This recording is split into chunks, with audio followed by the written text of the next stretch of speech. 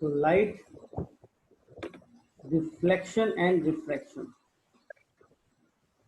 तो मेरे को पहले ये बताओ, सब तो क्लास 8 में पढ़ चुके हो, रिफ्लेक्शन का मतलब क्या होता है? एक जनरल सेंस में रिफ्लेक्शन का मतलब क्या होता है? रिफ्लेक्ट करना। हाँ, रिफ्लेक्ट करना मतलब The bouncing back of light. Yes, bouncing back of light, है ना, in any surface, in any surface. कोई सरफेस में परफेक्टली रिफ्लेक्ट करता है 90% से 95%, कोई सरफेस में बहुत कम रिफ्लेक्ट करता है 20% करता है ना, कोई कोई ओपेक सरफेस होता है जिसमें रिफ्लेक्ट नहीं करता है, ठीक है। Okay, so now what is reflection, ये ग्लैंस में हम जानेंगे तो the bouncing back of Light.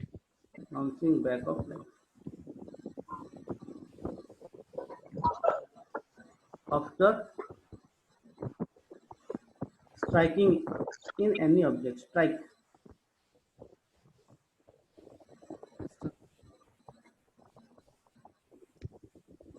कोई भी ऑब्जेक्ट में स्ट्राइक करने के बाद लाइट, है ना, जब बाउंस बैक करता है तो उसको रिफ्लेक्शन बोलते हैं। इतना समझ में आ गया? ये हम सब्जेक्ट के बारे में थोड़ा थोड़ा समझ रहे हैं, अभी स्टार्ट ही नहीं किया हमने सब्जेक्ट। रिफ्लेक्शन क्या होता है आगे पढ़ेंगे, रिफ्लेक्शन क्या होता है आगे पढ़ेंगे, ठीक है। रिफ्लेक्शन में घुसने से पहले यहाँ पे दो सब्जेक्ट है, एक तो है मिरर और दूसरा है लेंस। तो मिरर में हम किसके बारे में पढ़ेंगे? रिफ्लेक्शन। और लेंस में किसके बारे में पढ़ेंगे? Refraction. रिफ्लेक्शन। तो ये तो बाद में पढ़ेंगे, इसके बारे में सोचना नहीं है। अगर हमने रिफ्लेक्शन के बारे में अच्छे से पढ़ लिया तो समझ लो कि रिफ्रैक्शन के बारे में भी अच्छे से पढ़ लिया। तो स्टार्ट करते हैं। सब अपना कॉपी पेन तैयार रखना, मैं जैसे पढ़ा रहा हूँ थोड़ा थोड़ा उसको लिखते रहना। टर्मिनोलॉजी थोड़ा पढ़ेंगे, है ना, मिरर के बारे में। आज फिजिक्स बहुत दिन के बाद आज पढ़ रहे हो, थोड़ा नया नया लगेगा, एक्साइटिंग भी लगेगा। Mirror are basically two types. 9th में इतना, 10th में खाली इतना पढ़े रहो। एक तो होता है mirror, spherical mirror. Convex, concave, और एक होता है प्लेन मिरर, एक होता है प्लेन मिरर। तो कन्वेक्स और कनकेव मिरर जो होता है वो स्फेरिकल मिरर के अंडर पे जाता है। किसमें जाता है? Spherical mirror. Spherical mirror are two type, convex mirror and concave mirror. Concave mirror. Convex concave भी बहुत टाइप का होता है, plano concave, sorry plano convex, double convex, है ना, प्लानो कन्वेक्स, डबल कनकेव, बहुत टाइप का होता है। तो हम जो यहाँ पे पढ़ेंगे ये कन्वेक्स के बारे में पढ़ेंगे, कन्वेक्स कैसे होता है और कनकेव कैसे होता है। जो कन्वेक्स, कनकेव, केव देखिए हो, गुफा, गुफा कैसे होता है, ऐसे तुम लोग ये जा रहे हो, एक तो गुफा है, ऐसे है कि नहीं, ये पहाड़ वहाड़ टाइप का है, ये एक तो गुफा है, ये गुफा देख रहे हो, ऐसे ऑलमोस्ट ये टाइप का रहता है कि नहीं। दिस इज कॉल्ड केव, याद रखना, द वर्ड इज केव। तो केव से क्या होगा, कनकेव कैसे होगा, देखिए ये होगा concave, that means light will come from that direction to this direction, इधर आएगा लाइट, है ना। This is the surface, this is the surface, और इधर ये क्या रहेगा, डमी रहेगा। लिख लो नीचे, थोड़ा डायग्राम बना लिया लो। ये कनकेव, ये है कनकेव, केव जैसा रहेगा, जिधर केव है that is the reflecting surface, दूसरा साइड इज डमी सरफेस, है ना। Yes, sir. इसका ऑपोजिट रहेगा कॉन्वेक्स, ये हो जाएगा रिफ्लेक्टिंग सरफेस, इधर आएगा, रे स्ट्राइक करेगा, कुछ भी हो, ये एग्जांपल दे रहा हूँ। और ये हो जाएगा मेरा डमी, ये हो जाएगा मेरा डमी, ये हो गया कन्वेक्स, ये हो गया कनकेव। सर कॉनकेव और क्या लिखे हो? Convex, CON। हाँ बोल। सर उसके साइड ये प्लेन मिरर होता है ना, plane mirror, yes PLAIN, plane लिखो, plane mirror.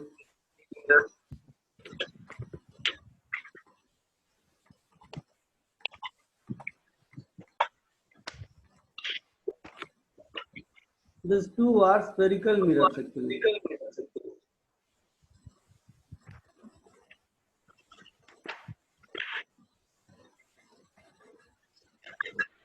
CONVEX convex mirror और CONCAVE concave mirror, ठीक है। Now Yes, sir. this is called, इसको ये भी बोलते हैं the schematic representation of mirrors, है ना। ये रिफ्लेक्टिंग सरफेस है और ये हो गया नॉन रिफ्लेक्टिंग सरफेस। क्या हो गया ये? और ये हो गया रिफ्लेक्टिंग। Yes, sir. वैसे इधर क्या हो गया? ये हो गया नॉन रिफ्लेक्टिंग और ये हो गया रिफ्लेक्टिंग। ठीक है, समझ में आ गया इतना सबको अच्छे से पूरा? तो आगे बढ़ेंगे, वरना कुछ डाउट है तो पूछ लो। अच्छा, तो क्लास 8 में ऑलरेडी तुम लोग पढ़ चुके हो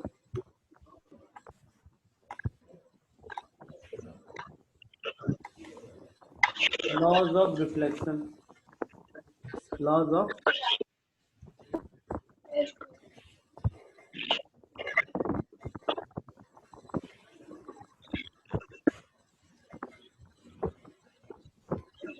पहला लॉ सर क्या मेरा है? आवाज एक minute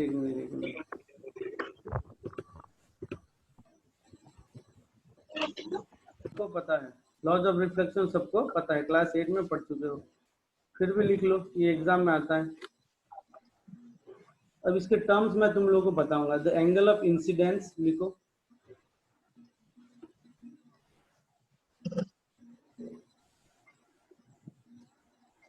the angle of incidence is equal to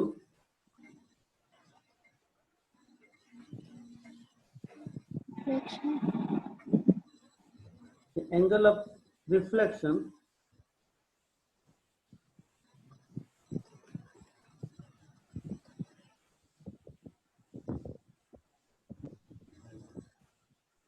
second one, the incident ray। पहला वाला लिख लिए सब? Yes, sir. Yes sir The incident ray, the normal to the mirror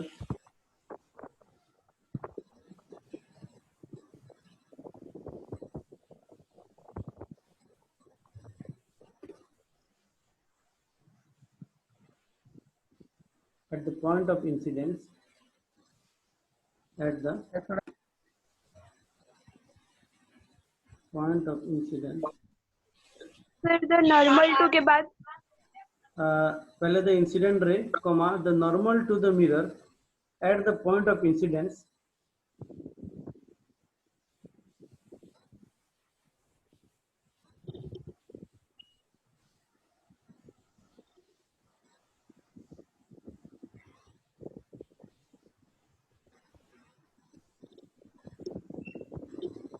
and the reflected ray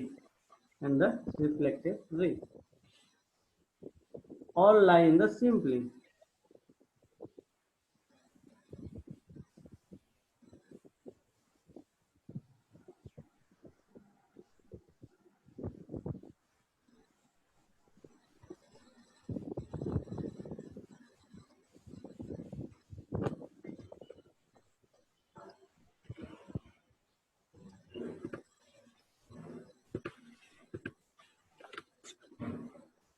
in the same plane in the same plane, एक ही plane में वो लाई करते हैं। क्या चीज होता है देखो, ये पढ़ेंगे। तो this is basically meant for plane mirror. अच्छा, सब लिख लिए? Yes, sir. हाँ, तो देखो यहाँ पे क्या बोला है, the angle of incidence. Suppose this is my हाँ प्लेन मिरर, ठीक है। द एंगल ऑफ इंसिडेंस, ये angle of incidence, Yes, sir. Angle of incident मतलब the ray which at that angle that is incident on the plane, ये plane पे एक रे आ रहा है यहाँ पे, ठीक है। अच्छा, इसका एंगल कैसे देखते हैं? Always it is measure to that of the normal. Perpendicular. Normal है, यहाँ पे बहुत सारे Yes, sir, परपेंडिकुलर है। normal. हाँ, तो इसका एंगल ये सपोज θ1 है, और ये जब रिफ्लेक्ट होके जा रहा है, रिफ्लेक्टिंग बैक, यहाँ पे एक एंगल क्रिएट कर रहा है, दैट इज एंगल θ2, है ना। Yes, sir. तो according to this law θ1 is always equal to θ2, और you can tell alpha beta दोगे तो alpha is equal to beta. ये इक्वेशन, ये है तुम्हारा पहला लॉ का First मतलब, law of it. है ना। This is incident ray and this is